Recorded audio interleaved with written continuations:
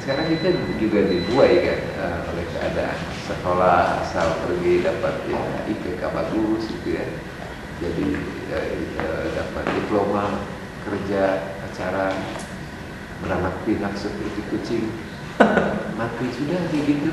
Emang yang dari hamba-hamba asli. beda. Jadi politik yang dimaksud Hatta itu kan politik yang dimaksud Hatta adalah pertama dalam kata-kata beliau mempropagandakan kesadaran-kesadaran seperti itu untuk mengubah keadaan bangsa Indonesia merdeka. Saya kira itu ya. Merdeka. Tapi sebetulnya itu bukan bidang saya. Saya sebetulnya ingin tertarik pada retorik Hatta. Atau apa ya? Kekuatan retorikanya luar biasa di sini. Saya baru sadar. Kalau di buku-buku yang lain kan dingin ya. Bung Hatta tulisannya. Bung Hatta misalnya pengantar ekonomi sosiologi. kuliah Ngantuk gitu ya. Tapi clear itunya, tulisannya clear, semuanya clear, jelas. Tapi bikinkan tuh ya. Alam pikiran Yunani jadi Mas Kawin. Kalau di sini kita bisa merasakan api ya. Ada gejolak marah-marah, ada darah. Saya membayangkan misalnya Wawan Sofwan memerankan Hatta, membacakan penutupan nanti dan teman-teman bisa duduk sebab memainkan ini semacam majelis hakim ya.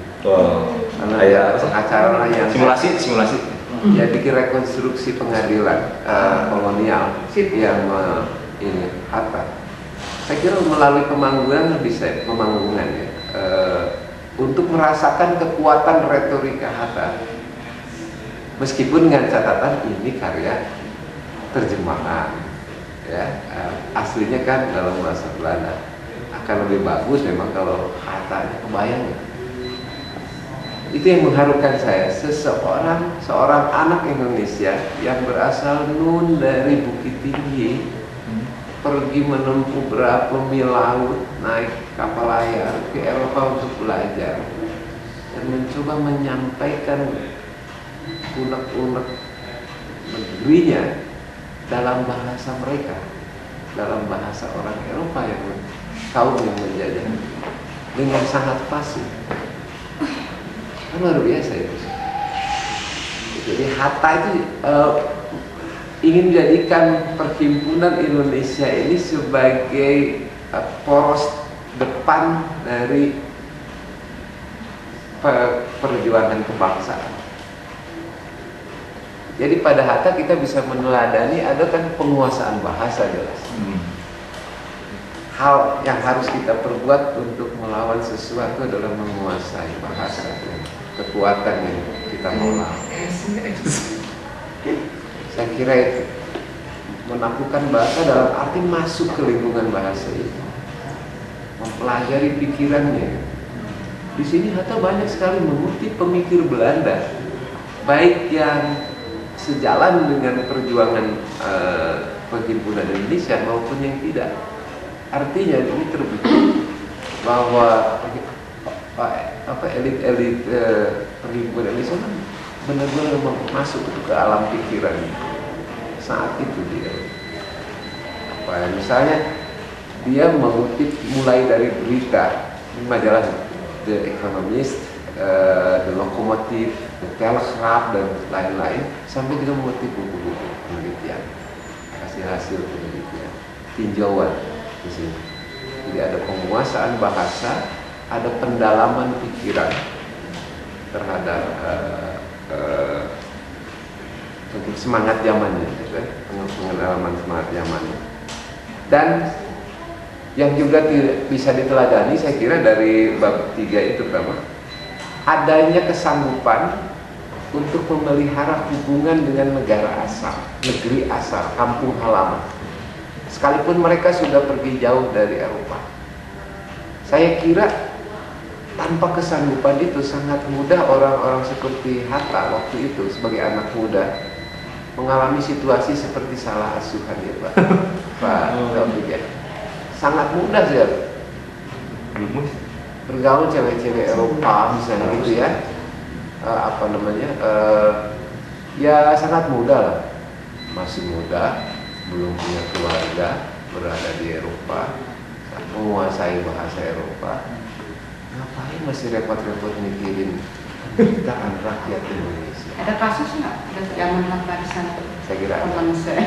Saya kira bukan hanya zaman Hatta sih, tapi ada juga kasus terlibat. Tapi saya kira di luar ini ya. Off the record. Dari Bandung juga. Saya kira itu ya, penguasaan bahasa, pendalaman pikiran pada zamannya, dan kesanggupan memelihara hubungan dengan tanah asal, tempat lahir, ibu bumi, sang pertiwi, kira-kira begitu. Dan kesanggupan menghadapi konsekuensinya dong. Dia ada mau menghadapi pengadilan.